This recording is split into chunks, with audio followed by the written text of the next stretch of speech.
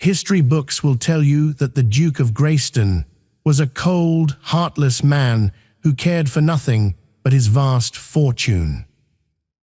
They are lying.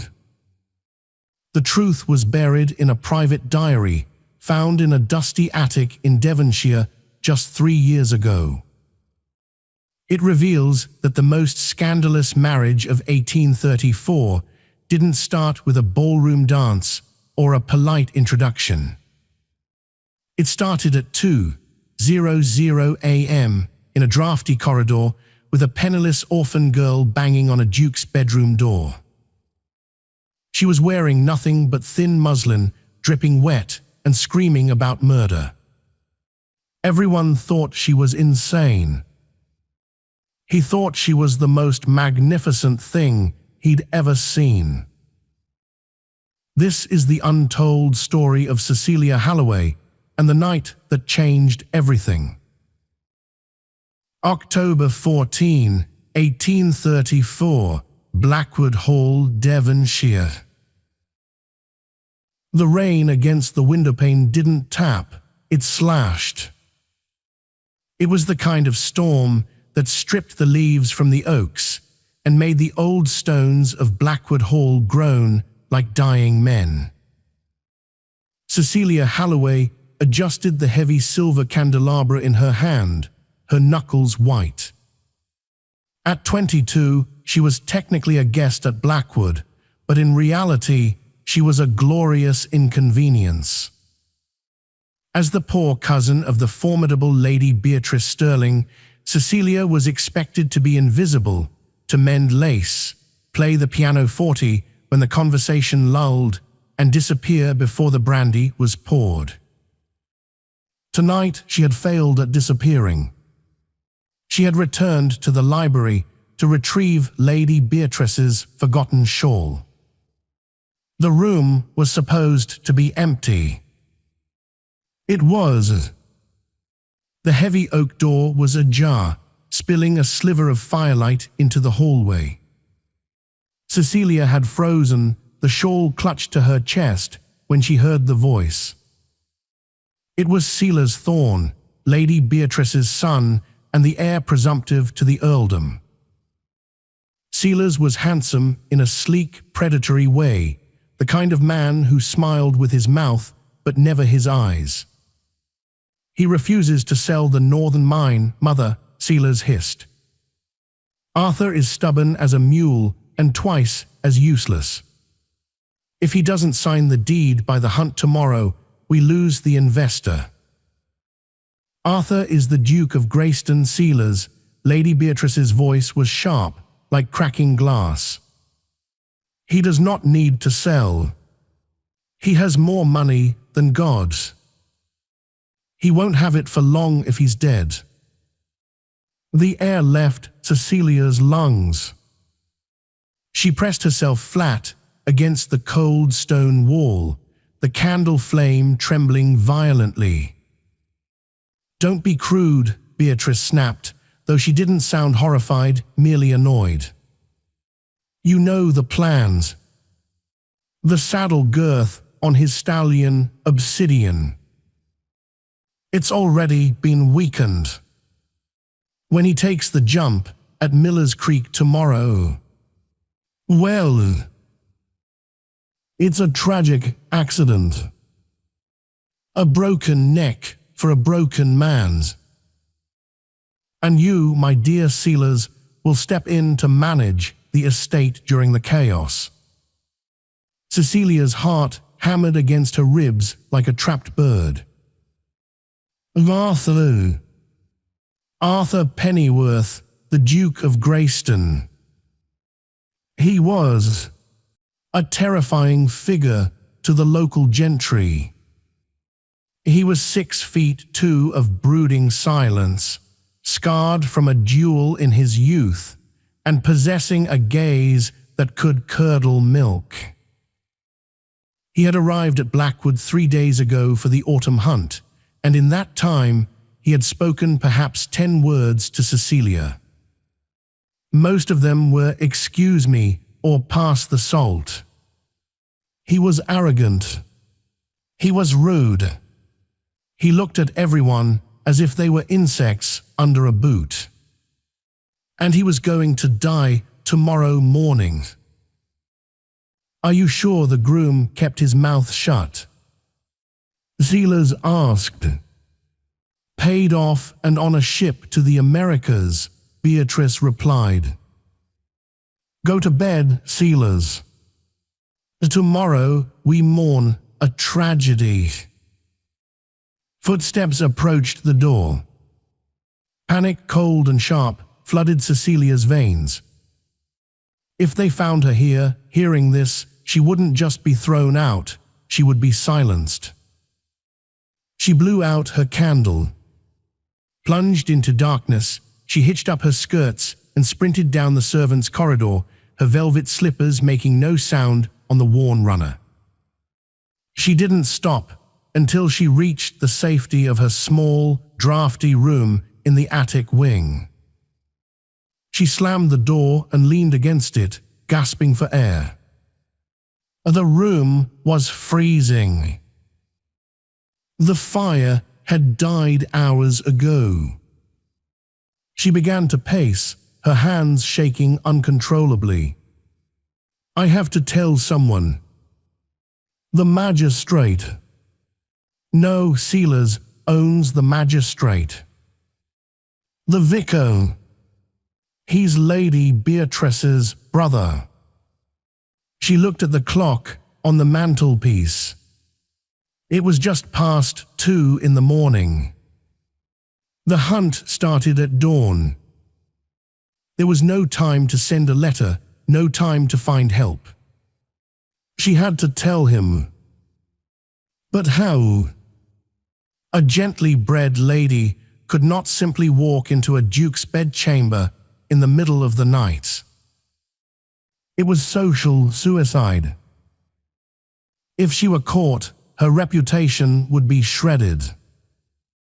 She would be cast out, unable to marry, unable to find work as a governess. She would be ruined. Cecilia looked at her reflection in the dark window. Her brown hair was already half-pinned, wild from her run. She was wearing her nightgown, a simple, high-necked cotton thing that had been mended 3 times at the hem. He is a man, she whispered to the empty room. And a man cannot be saved by a ghost. She didn't grab a wrapper. She didn't grab a candle. She grabbed her courage, opened the door, and ran back into the dark belly of the house. The east wing was reserved for guests of high standing. The corridors here were wider, the carpets thicker, smelling of beeswax and lavender. Cecilia's bare feet sank into the plush runner. Thunder rattled the window panes, a boom so loud she nearly screamed. A flash of lightning illuminated the hallway, casting long, skeletal shadows against the damask wallpaper. Room 4. The Duke's suite. She stood before the mahogany door, her hand hovering over the brass handle. Do it, Cecilia. Just do it. She turned the handle. It was unlocked. She slipped inside, closing the door softly behind her. The room was massive, dominated by a 4-poster bed draped in heavy emerald velvet. The fire in the grate had burned down to glowing embers, casting a hellish red glow across the floor. Who is there?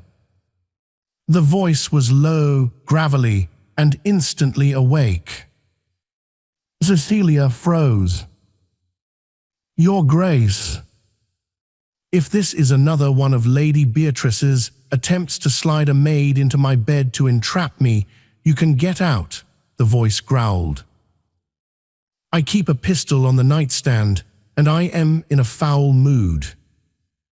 "No." Cecilia stepped forward, her hands raised. "I'm not a maid. I'm Cecilia. Cecilia Holloway." There was a rustle of linens, the strike of a match, and suddenly light flared. Arthur Pennyworth sat up in bed. He was not wearing a nightshirt. His chest was bare, broad, and dusted with dark hair, the candlelight flickering over the jagged scar that ran from his shoulder to his collarbone. His hair, usually slicked back severely, was a mess of dark waves falling over his forehead. He looked dangerous, and for the first time, he looked human. He squinted at her, holding the candle high. His eyes widened slightly as they took her in. "Miss Holloway." Cecilia realized suddenly what she must look like. She was drenched from the damp corridor air, her chest heaving, her hair a bird's nest of escaping curls, standing in a duke's bedroom in thin cotton that left very little to the imagination in the backlight of the lightning. She didn't care. "You have to listen to me," she gasped, rushing to the foot of the bed. "You cannot ride tomorrow." Arthur stared at her, his expression shifting from confusion to a cold, hard mask. He swung his legs out of bed, grabbing a silk dressing gown and pulling it on with jerky, angry movements. "Get out," he said, his voice dropping an octave. "Do you have any idea what you have done? If a servant saw you enter—" "I don't care about the servants," Cecilia shouted, stepping closer. She grabbed the lapel of his dressing gown, her small hands bunching the expensive silk. Arthur froze. No one touched him. Not like this. "They are going to kill you, Arthur." Using his Christian name was a slip, a shock that made him stiffen. "I heard Sealers and Lady Beatrice in the library. They've cut the girth on obsidian. They want you to fall at Miller's Creek. They need you dead to stop the sale of the northern mine." Arthur looked down at her. As she was trembling so violently, her teeth were chattering. Her eyes, a striking shade of hazel, were wide and terrified. He grabbed her wrists, not roughly, but firmly, pulling her hands away from his chest. "You are hysterical," he said, his voice flat. "Sealers is a fool, but he is not a murderer. You've had a nightmare, Miss Holloway. Now I am going to escort you back to your room before you ruin yourself irrevocably." "I am not hysterical." Cecilia wrenched her hands free. "I saw them. I heard them." Cecilia said. "Enough." Arthur roared.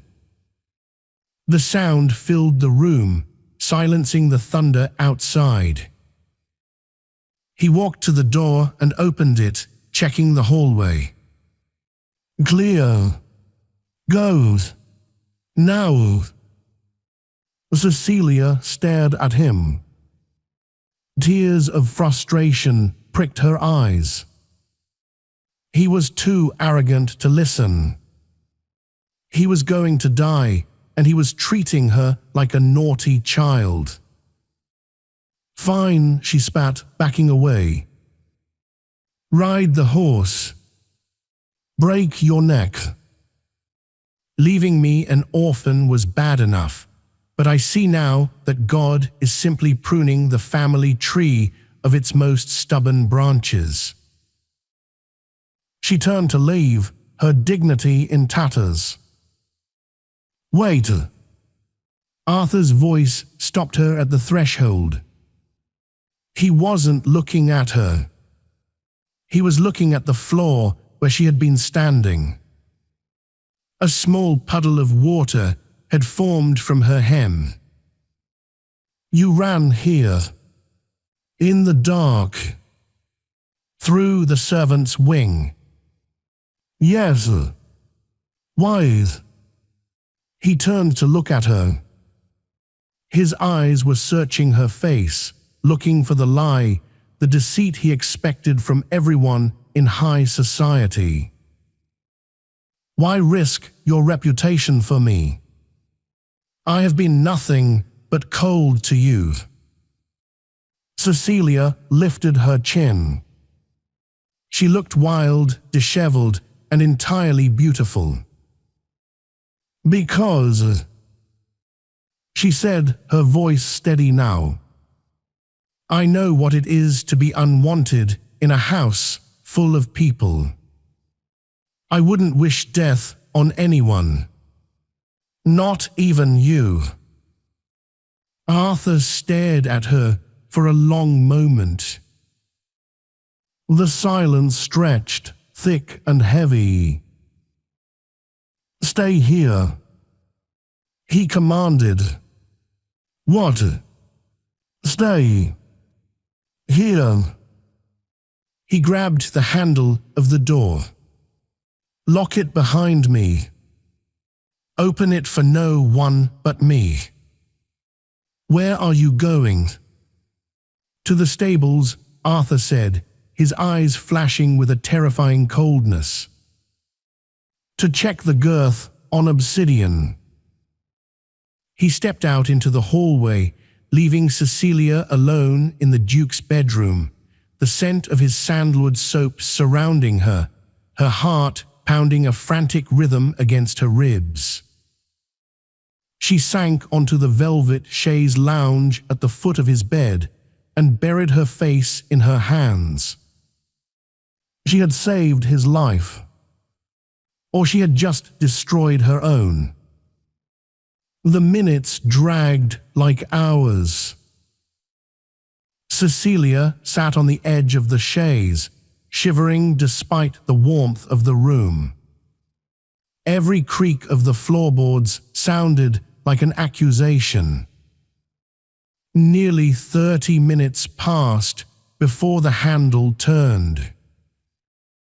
Arthur slipped back inside, locking the door swiftly behind him.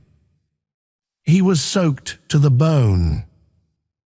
Rainwater dripped from his dark hair, running down the harsh planes of his face. In his hand, he held a strip of leather, a saddle girth. He threw it onto the floor between them. It landed with a heavy, wet slap. "You were right," he said, his voice devoid of emotion, though his eyes burned with a cold fury. Sliced halfway through on the underside. Invisible to a casual glance, but the moment the horse took a jump. He mimicked a snapping sound with his fingers. Cecilia let out a shaky breath she hadn't realized she was holding. "Then you believe me." "I believe you." Arthur walked over to the fireplace, stripping off his wet dressing gown. He grabbed a towel, drying his face roughly. "And that presents a problem, Miss Holloway." "A problem?" "I just saved your life." "You did," Arthur turned to face her. "And in doing so, you have placed a target on your own back. If Silas knows you were in the library, he will not hesitate to silence you. Accidents happen frequently in this house, as I almost discovered." Cecilia stood up, wrapping her arms around herself. Then I must leave. I'll pack my things and go where? Arthur cut in ruthlessly. You have no money, no family. And the moment you step out that door, sealers will know something is wrong, because obsidian is not saddled, and I am not dead. He paced the length of the rug, the firelight catching the scar on his chest. He looked like a caged tiger, restless, powerful, and terrifying. There is another complication, Arthur said, stopping in front of her. He looked down, his gaze traveling over her disheveled hair and the thin nightgown. The air between them suddenly felt very thin, very charged. What? Cecilia whispered. The maid, Martha. She was in the hallway when I returned. She saw me come from the stables, and she saw me enter this room. Cecilia's blood ran cold. Oh God! She knows you are in here, Cecilia. Lady Beatrice will cast me out without a penny. Yes, she will, Arthur agreed. He stepped closer, invading her personal space. He smelled of rain, leather, and something uniquely male. Unless what? Arthur stared at her. He looked at the wild curls framing her face, the fierce intelligence in her eyes, and the vulnerability of her trembling hands. A plan formed in his mind. It was insane. It was impulsive. It was exactly the kind of strategic maneuver he used in the boardroom, but this time the stakes were flesh and blood. Unless you belong to me, he said softly. Cecilia blinked. Ruined. But if you are my betrothed. Betrothed, Cecilia squeaked. Sealers cannot touch the future Duchess of Greyston, Arthur said, the logic cementing in his mind. Lady Beatrice cannot throw you out. You will be under my protection. We will announce it at breakfast. But we don't even like each other, Cecilia protested. You think I'm a nuisance, and I think you're an arrogance bully. Arthur's mouth quirked into a ghost of a smile. Perfect. The engagement will be fake, of course. We maintain the ruse until I have gathered enough evidence to send Sealers and Beatrice to prison for attempted murder. Once they are dealt with, we quietly break the engagement. I will settle a generous annuity on you, and you can live your life however you please. He held out his hand. It was large, calloused, and steady. So, Cecilia Holloway, will you marry me? Or would you prefer to take your chances with the murderers in the hallway? Cecilia looked at his hand. Then she looked at his eyes. They were dark, intense, and for the first time, she saw a flicker of genuine concern behind the steel walls he built around himself. She took his hand. I'll do it. Arthur's fingers closed around hers, warm and encompassing. Good. Now take my bed. I will sleep on the chaise. We have a performance to give at dawn. The breakfast room at Blackwood Hall was a study in tension. The storm had passed, leaving a grey, sullen morning in its wake. Lady Beatrice sat at the head of the table, buttering her toast with precise surgical movements. Silas sat opposite her, checking his pocket watch every 30 seconds. "He's late," Silas muttered, drumming his fingers on the tablecloth. "The hunt was supposed to leave 20 minutes ago." "Perhaps he slept in," Beatrice said, though her eyes were sharp. "Or perhaps the accident happened in the stables." "Don't say that word," Silas hissed. Just then, the double doors swung open. Every head turned. The footmen froze. Silas's fork clattered onto his plate. Arthur Pennyworth stood in the doorway. He was alive. He was impeccably dressed in a dark riding coat. And he was not alone. On his arm, looking pale but holding her head high, was Cecilia Halloway. She was wearing her best day dress, a faded blue muslin that had seen better days, but around her neck hung a necklace that made the entire room gasp.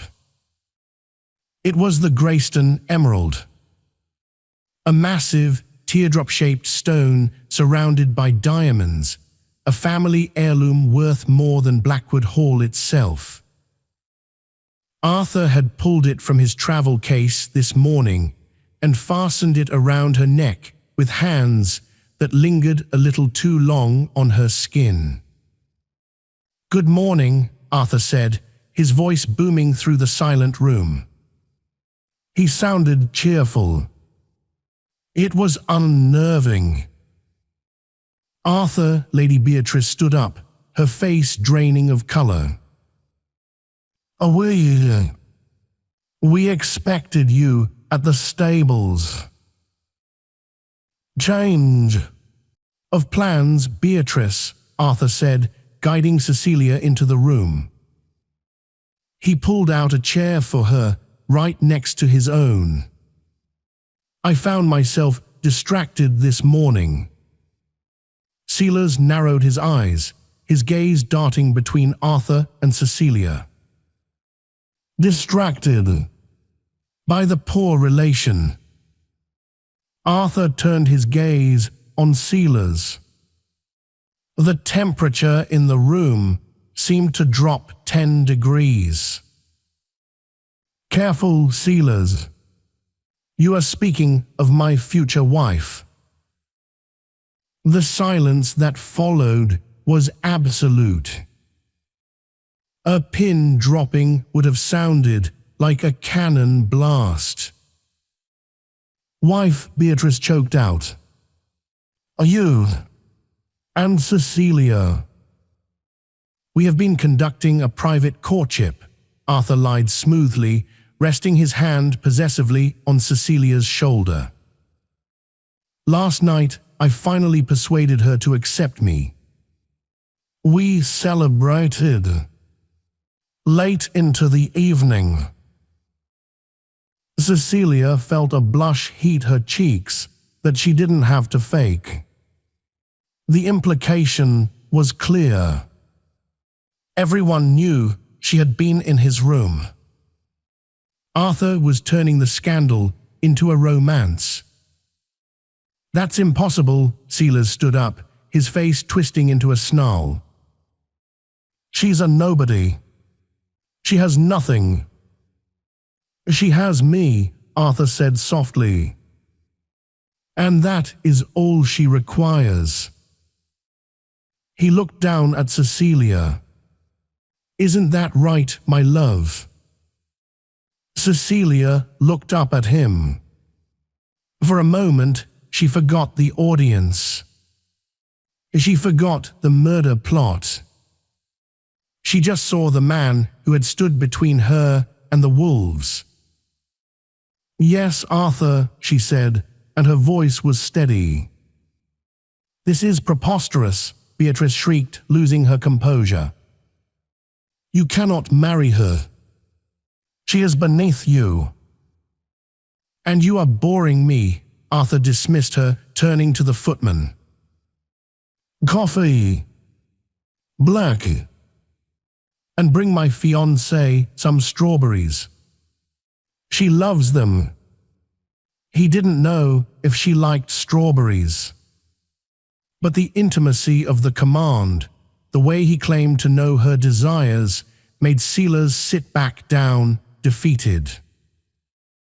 Arthur leaned in close to Cecilia's ear, his breath warm against her neck. Smile, darling. You're the Duchess now. And Silas looks like he's about to have an apoplexy.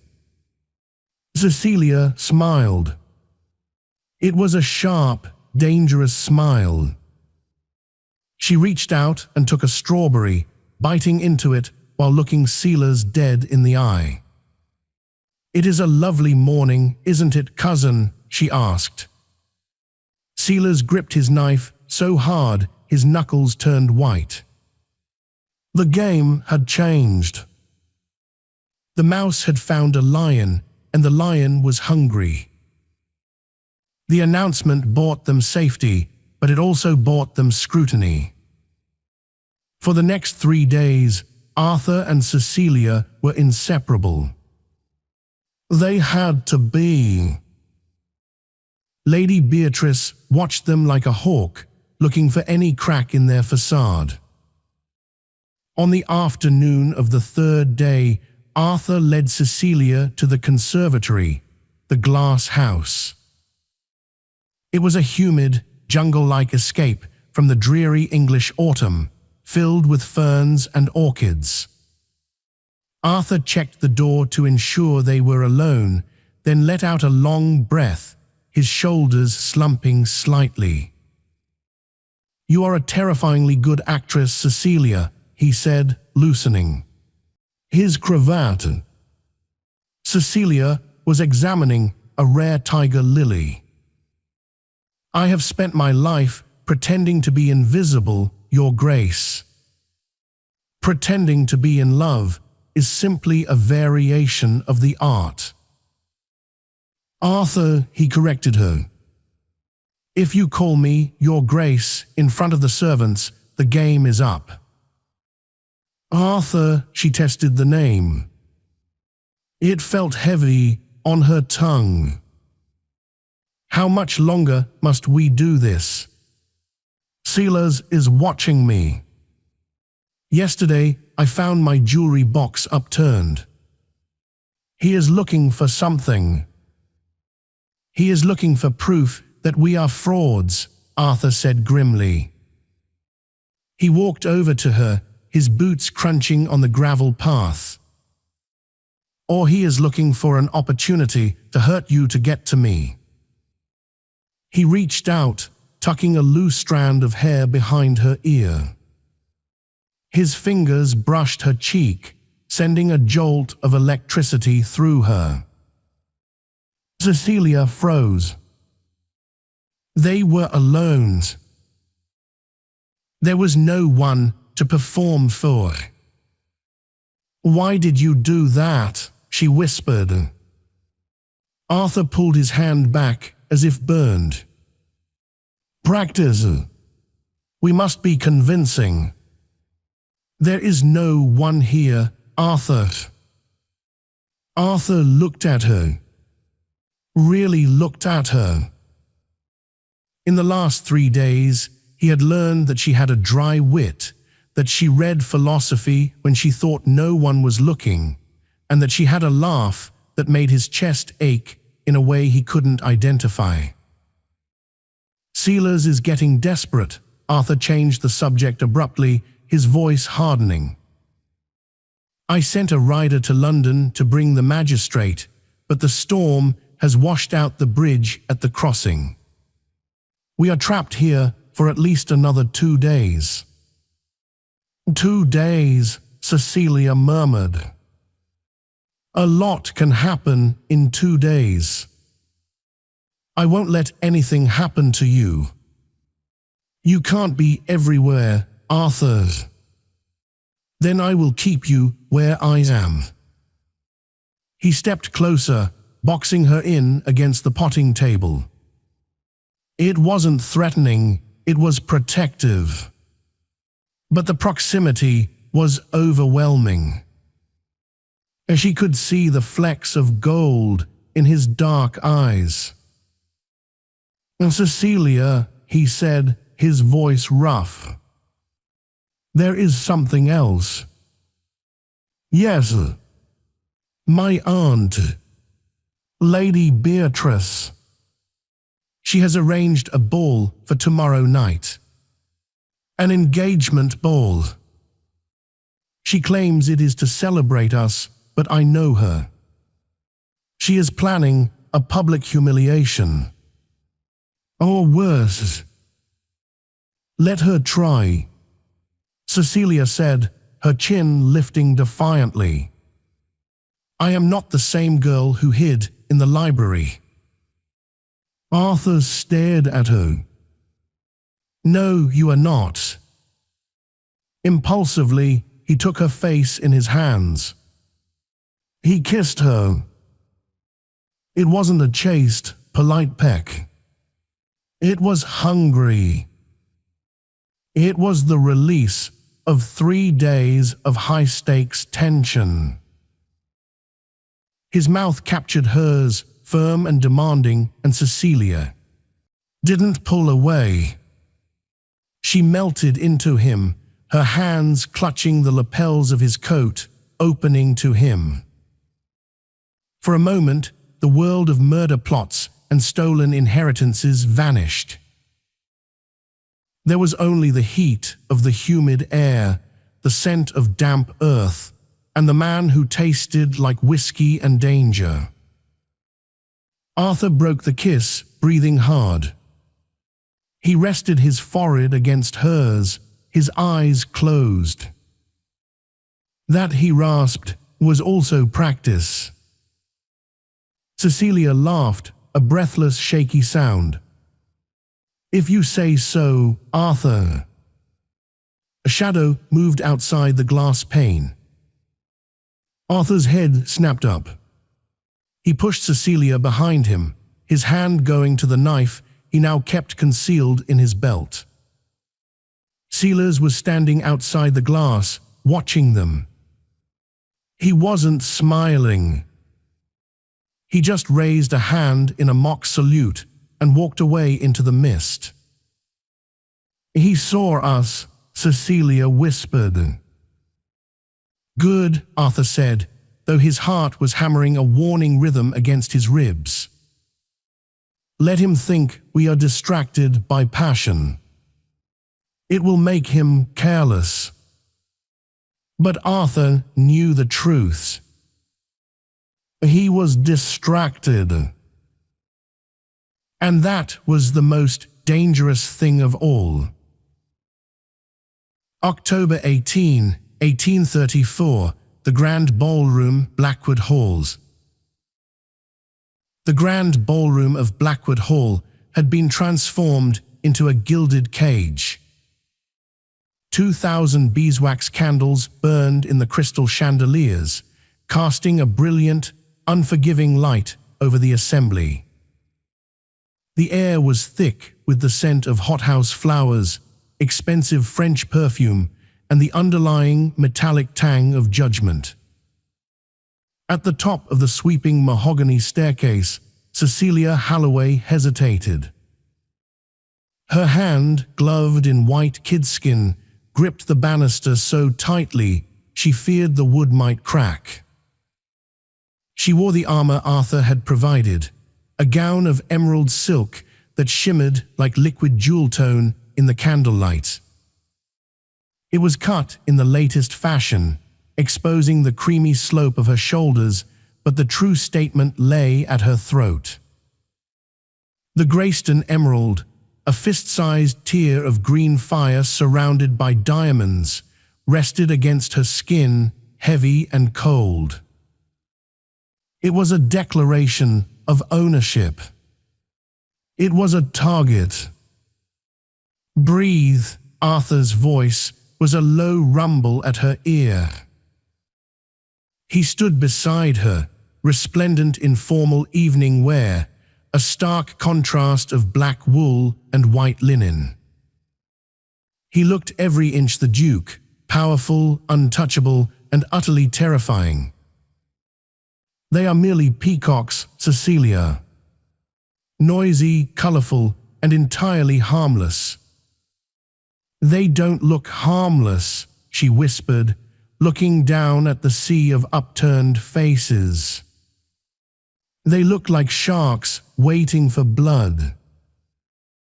Arthur's hand covered hers on his arm, his warmth seeping through the silk. "Then we shall be the wolves. Remember, do not look at Beatrice. Look at me." "Ready?" "No," she admitted. "But let's go anyway." By the rustle of silk and the soft thud of Arthur's boots against the runner, Lady Beatrice Sterling waited at the bottom of the stairs like a spider in the center of a web. She was dressed in severe black velvet, a mourning color that clashed violently with the festive atmosphere. Her face was a mask of polite malice. "Your Grace," Beatrice curtsied, a stiff, jerky movement. Her eyes flicked over Cecilia with open contempt. "And, Cecilia, you look surprisingly adequate." The seamstress worked a miracle on such short notice. "You are too kind, Aunt," Arthur said, his voice dry and devoid of warmth. "But we did not come to discuss hemlines. We came to dance." Without waiting for a response, he swept Cecilia past her and onto the polished dance floor. He signaled the conductor with a sharp nod. The string quartet launched into a Mozart waltz, the melody bright and cheerful, a jarring contrast to the tension pulling tight in Cecilia's chest. Arthur pulled her into his frame. His hold was firm, bordering on possessive. As they began to turn, spinning through the crowd, Cecilia felt the eyes of the county boring into her back.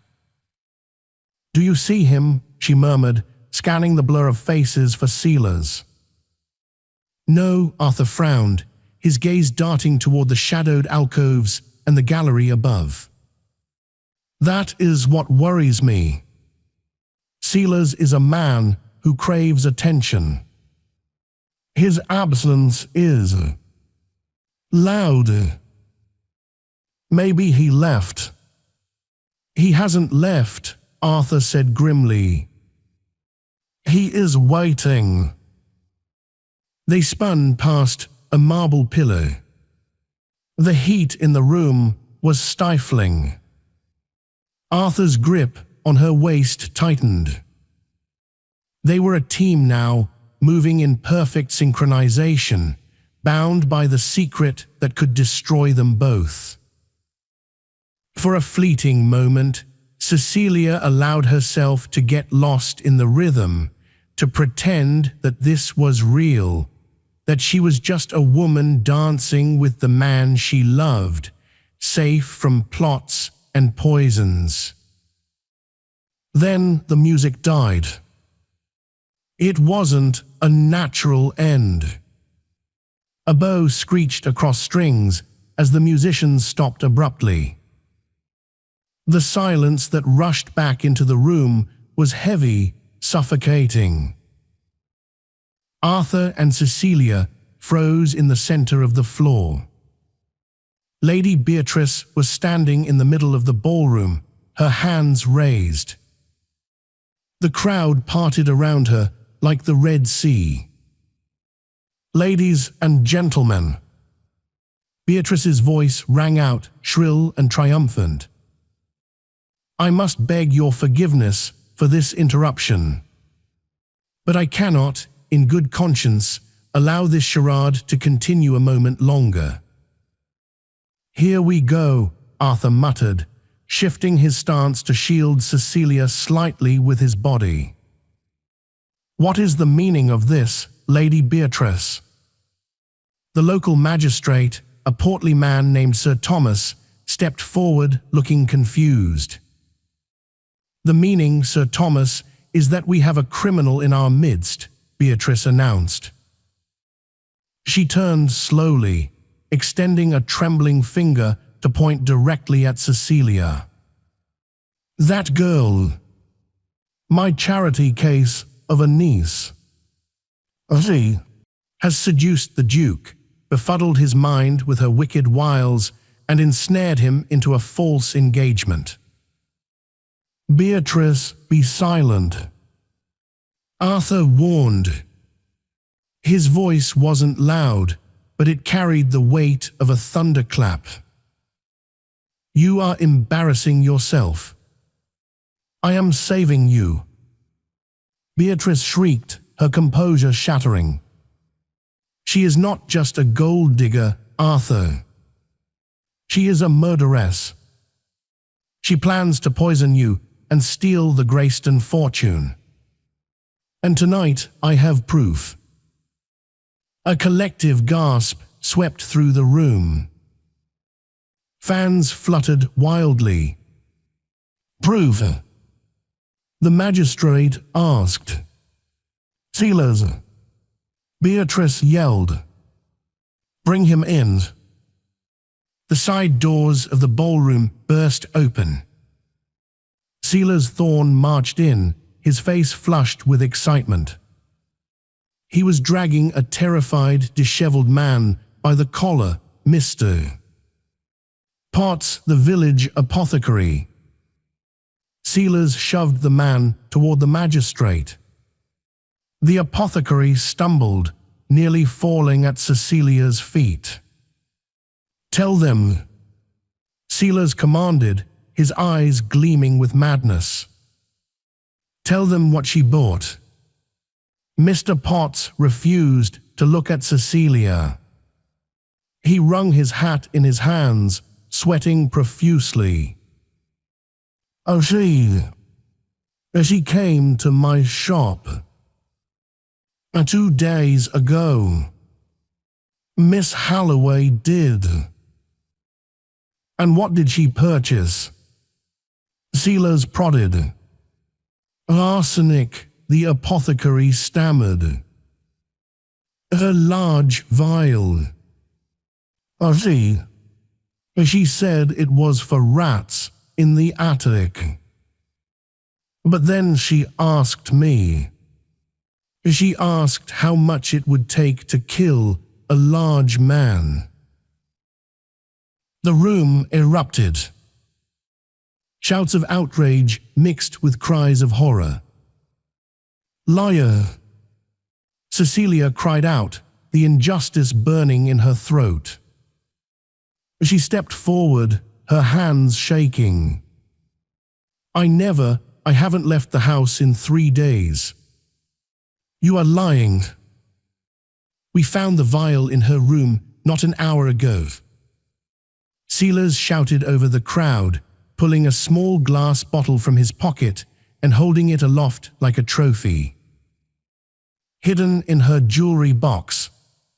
She planned to kill the Duke tonight after the toast." Arthur looked at Sealers.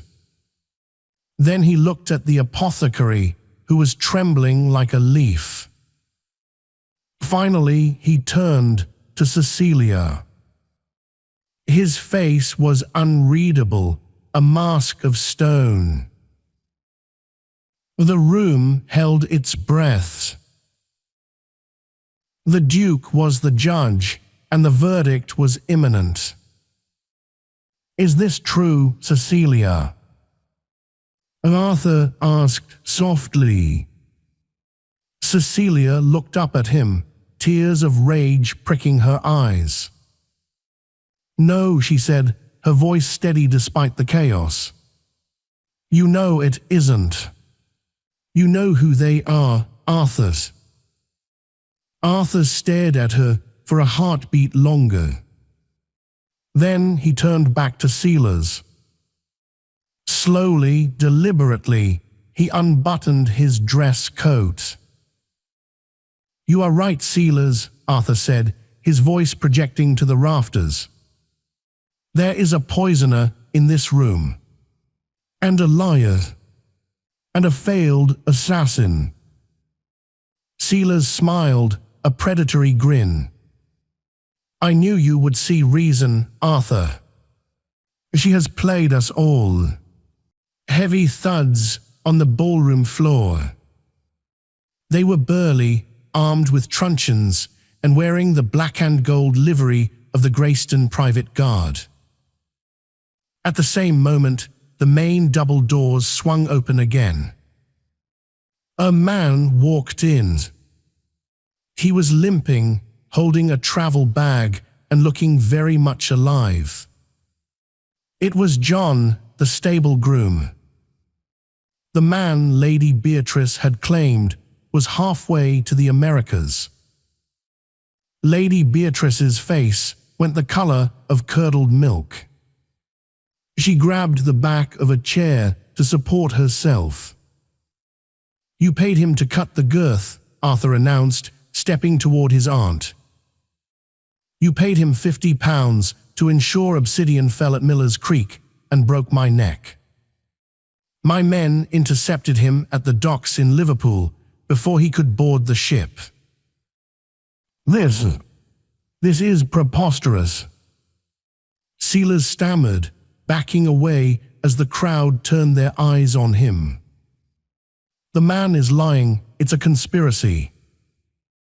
"He has a letter," Arthur said, pulling a folded piece of parchment from his breast pocket.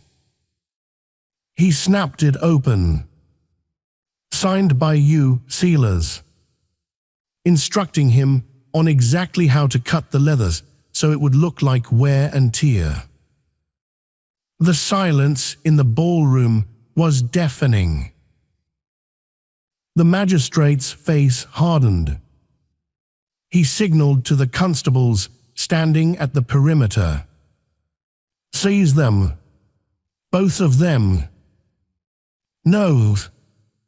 Sealers screamed. It was the sound of a trapped animal. He didn't run. He snapped. In a blur of motion, Sealers reached into his coat. He didn't pull out a handkerchief. He pulled out a pistol. "Get back," he roared, waving the weapon wildly.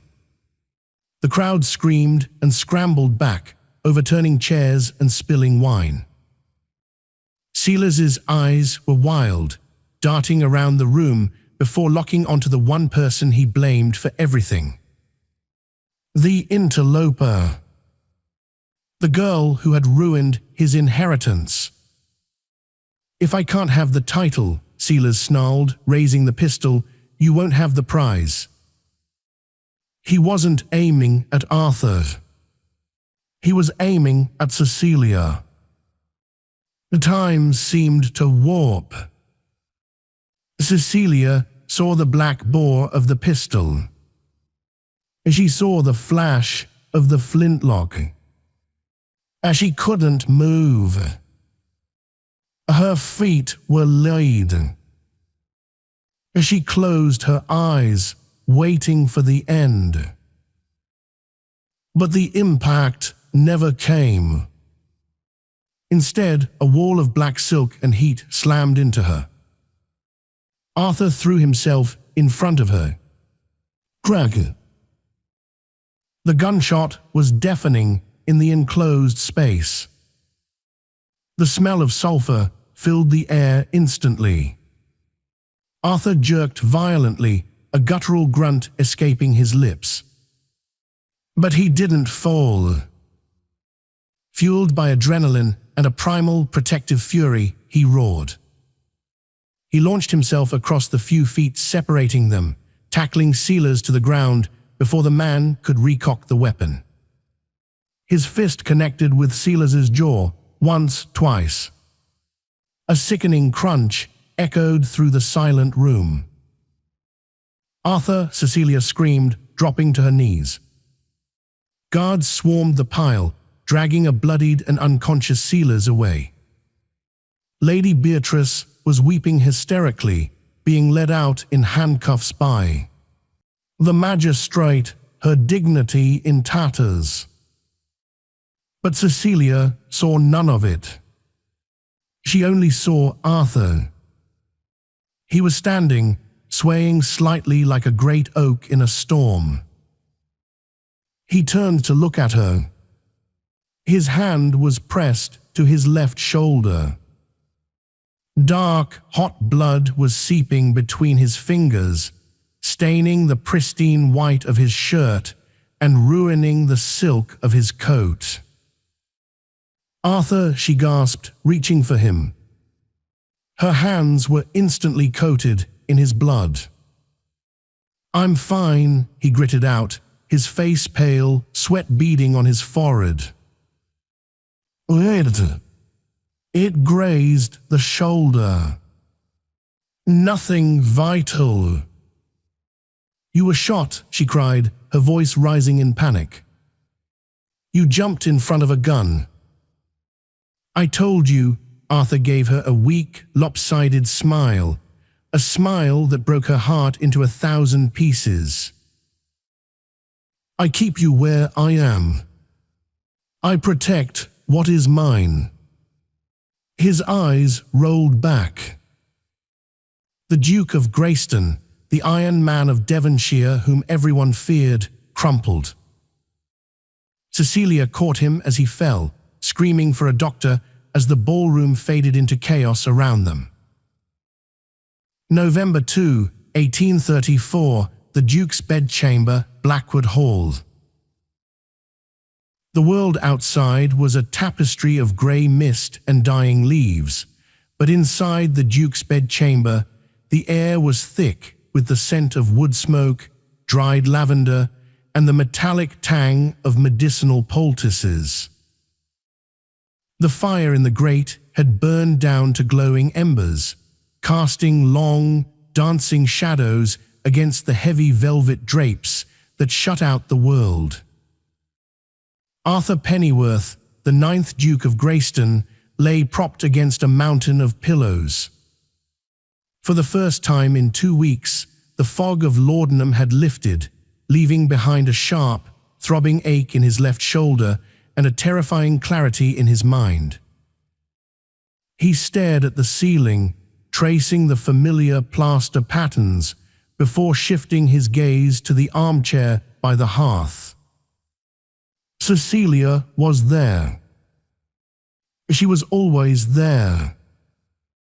She had fallen asleep, with a book resting precariously on her lap. The firelight played across her face, softening the shadows of exhaustion that bruised the delicate skin beneath her eyes. She wore a simple grey dress, rumpled from days of bedside vigils, and her hair, usually so wild, was pulled back in a loose, fraying braid. Arthur watched the gentle rise and fall of her chest, and a crushing weight settled over his heart, heavier than the guilt, heavier than the fear of death he had faced in the ballroom. He had almost gotten her killed. The memory of the gunshot was not a sound he heard, but a vibration he felt in his bones. He remembered the look in Silas's eyes, the madness, the desperation. He remembered the barrel of the pistol leveling not at him, but at her. At Cecilia. If he had been a second slower, if he had hesitated for even a heartbeat, the woman sleeping in that chair would be gone. He had dragged her into his world of vipers and wolves, and it had nearly cost her everything. "And Cecilia," he whispered. His voice was a ruin, raspy, weak, barely more than an exhale of air. Yet it was enough. Cecilia stirred instantly. The book slid from her lap to the floor with a soft thud. She sat up, blinking rapidly, her hazel eyes instantly searching for him. "Arthur!" She was at his side in a moment, her cool hand pressing against his forehead, checking for the fever that had ravaged him for days. "You're awake. Your eyes are clear. Do you need water? Is the pain worse?" "The pain is manageable," Arthur lied, though the movement of shifting his weight sent a fresh spike of agony through his shoulder. "Stop hovering, Cecilia. You look as though you haven't slept in a week." "I have slept enough," she dismissed his concern, pouring a glass of water from the carafe on the nightstand. She held it to his lips, her hand steady while his trembled. "The doctor said the infection has passed. He believes you will be riding again within the month, though I told him he was an optimist." Arthur drank, the cool liquid soothing his parched throat. He pulled back, looking at her, really looking at her. "You fought with the doctor. He wanted to bleed you with leeches again," she said, a flash of her old fire returning. "I told him if he brought a leech near you, I would introduce him to the business end of a bedpan." Arthur let out a dry, wheezing chuckle that turned into a grimace. "You are a terror, Miss Holloway." "I am a survivor, Your Grace. And I intend for you to be one too." The playfulness faded from his face as the reality of their situation settled between them. The crisis was over. Silas and Lady Beatrice were rotting in a cell in Newgate Prison, awaiting the king's justice. The threat to his life was gone. The narrative of the fake betrothal had served its purpose. Arthur looked down at his hands, large, scarred, and now shaking with weakness. He knew what he had to do. It was the only honorable path left to a man who had nearly destroyed the only beautiful thing he had ever found. "We need to talk, Cecilia," he said, his voice dropping to a somber octave. "About the future." Cecilia stiffened. She set the water glass down with a precise, careful click. She didn't sit back down. She stood by the bed, her hands clasped in front of her, like a schoolgirl waiting for a reprimand. "I suppose we do," she said softly.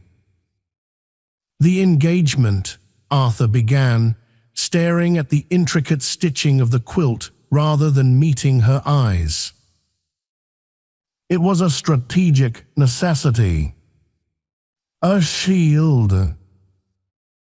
Now that the danger has passed, the shield is no longer required."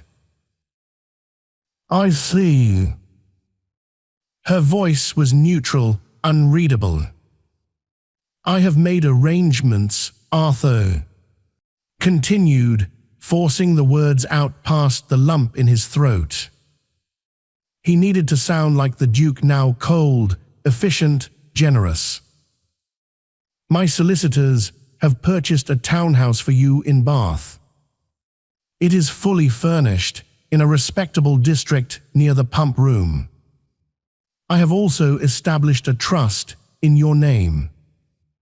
It will provide an annuity of £2,000 a year." He paused, waiting for her to speak. She said nothing. "You will be independent," he pressed on, desperate to convince her and himself that this was a victory. "You will never have to rely on the charity of relatives again. You can hire a companion. You can travel. You can find a husband who is suitable. Someone younger. Someone without enemies who shoot at women in ballrooms. Someone who isn't broken. The silence that followed was suffocating. The fire popped, a loud crack in the quiet room. Arthur finally looked up, expecting to see relief. Perhaps gratitude. Instead, he saw Cecilia trembling. Her hands were clenched into fists at her sides, her knuckles white. Her eyes were bright, not with tears of joy, but with a fierce, burning anger. "A townhouse in Bath," she repeated, her voice low and dangerous. "That is your great solution. That is your offer. It is a respectable life, Cecilia. It is safety." "Oh, you idiot," she whispered. Arthur blinked, stunned. "I beg your pardon." "You absolute, stubborn, arrogant fool." The tears finally spilled over, tracking hot paths down her cheeks, but she didn't wipe them away. "You jump in front of a bullet for me. You bleed on the ballroom floor for me. You let me sleep in this room, unguarded, to protect my name. You look at me as if I am the only person who understands the language of your soul. And now you try to pay me off like a servant you no longer require." She moved then, abandoning all propriety. She sat on the edge of the bed, the mattress dipping under her weight. She grabbed his good hand, forcing him to look at her. "Do you want me to go, Arthur?" she demanded, her voice cracking. "Look me in the eyes. Forget the title. Forget the scandal. Forget your misplaced sense of nobility. Look at me and tell me that you want me to leave this house. Tell me you want to wake up tomorrow and not find me here." Arthur looked into those eyes, hazel and green and flecked with gold. He saw the stormy night in the library. He saw the conspiratorial glances across the breakfast table. He saw the woman who had run through the dark to save a man she barely knew. He tried to say the words. He tried to tell her to go. But his throat closed up. The lie was too big to swallow. "I cannot," he rasped, the facade crumbling completely. "I cannot say it." "Why?" she challenged, him gripping his hand tighter. "Why, Arthur?" "Because," Arthur whispered, raising his hand to cup her cheek, his thumb brushing away a tear. "Because the thought of this house without you in it is more terrifying than the bullet was. Because the silence of this room before you entered it nearly drove me mad. Because I have fallen in love with you, Cecilia Holloway. Madly, inconveniently, irrevocably." He let out a shaky breath, baring his soul. "I am a damaged man, Cecilia. I have scars on my body and ice in my heart. But you melted it. If you stay, you tie yourself to a man who will always worry he is not enough for you." Cecilia let out a sound that was half sob, half laugh. She leaned into his touch, closing her eyes. "I don't want a townhouse in Bath," she said firmly. "And I don't want a safe, boring husband who discusses the weather. I want the moody, arrogant duke who forgets to eat breakfast. I want the man who holds my hand in the conservatory when he thinks no one is looking. I want you, Arthur." She opened her eyes, and the love in them was so fierce it took his breath away. "I am not leaving. You will have to call the guards to remove me." "I would never," Arthur vowed. "I would sooner cut off my own hand." He pulled her down gently. She was careful of his wounded shoulder, settling against his good side, her head resting on his chest, where his heart beat a steady, frantic rhythm against her ear. "So," Arthur murmured, burying his face in the scent of her hair, lavender and rain. "The engagement. It is no longer a ruse. I expect a real proposal," she teased, her voice muffled against his shirt. "With kneeling. And perhaps flowers. Once your leg works, of course." "I will kneel," Arthur promised, his voice thick with emotion. "I will kneel every day for the rest of my life, if that is what it takes to keep you here." He tipped her chin up. There were no more audiences to perform for. No sealers watching from the shadows. There was only this, the heat of the fire, the beat of their hearts, and the truth. He kissed her. It was slow, reverent, and tasted of promise. It was a seal on a contract that had nothing to do with land or mines, and everything to do with two lonely souls finally coming home. History books are often dry, dusty things. They record that Arthur Pennyworth, 9th Duke of Greyston, was a brilliant industrialist who revolutionized the mining industry in Devonshire.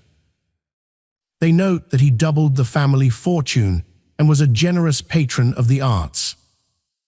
They record his marriage to a Miss Cecilia Halloway in the winter of 1834 as a sudden and quiet affair. But history misses the truth.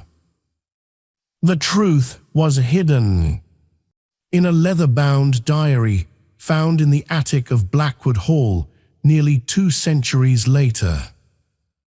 The diary tells a different story. It tells of a marriage that began with a lie and became the greatest truth of the century. It describes a home that was once cold and silent, eventually filled with the noise of 4 children, 3 boys, and a girl named Beatrice, a name chosen with ironic humor as the original Beatrice rotted in prison. It tells of a duke who, despite his fearsome reputation, could never deny his wife anything. It chronicles the curious tradition of October 14th, where every year the servants were dismissed early and the Duke and Duchess would dance a waltz alone in the library, barefoot, celebrating the anniversary of the night she broke into his room.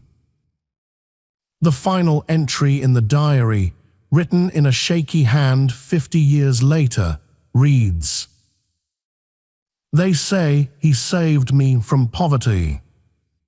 But they are wrong. He saved me from loneliness, just as I saved him from the dark. He was my partner in crime, my co-conspirator, and my greatest adventure. I never did learn to mend lace properly, as a lady should. But I was excellent at mending a broken man, and he, in turn, made me whole." When Arthur finally passed away at the age of 82, he was buried in the family crypt.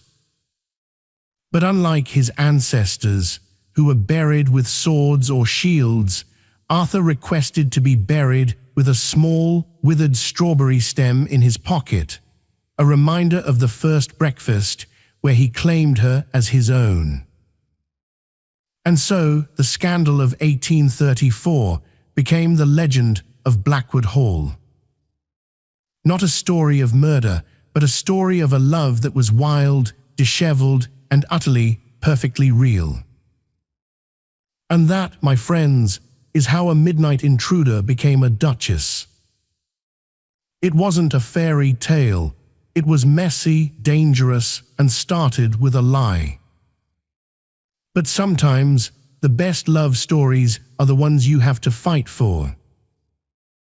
Arthur and Cecilia went on to have 4 children and a marriage that lasted 50 years. Sellers died in prison, and Lady Beatrice, well, let's just say she wasn't missed. I really hope you enjoyed this saga. Writing this one was a roller coaster. If you felt the tension in that ballroom scene, or if Arthur's confession made you swoon, please do me a huge favor. 1. Hit that like button. It tells YouTube you want more historical drama. 2. Share this video with a friend who loves a good enemies to lovers trope. 3. And subscribe so you don't miss next week's story. I'm thinking a pirate king and a runaway princess. Let me know in the comments, would you have run into the Duke's room or would you have run away? Thanks for watching, and I'll see you in the next chapter.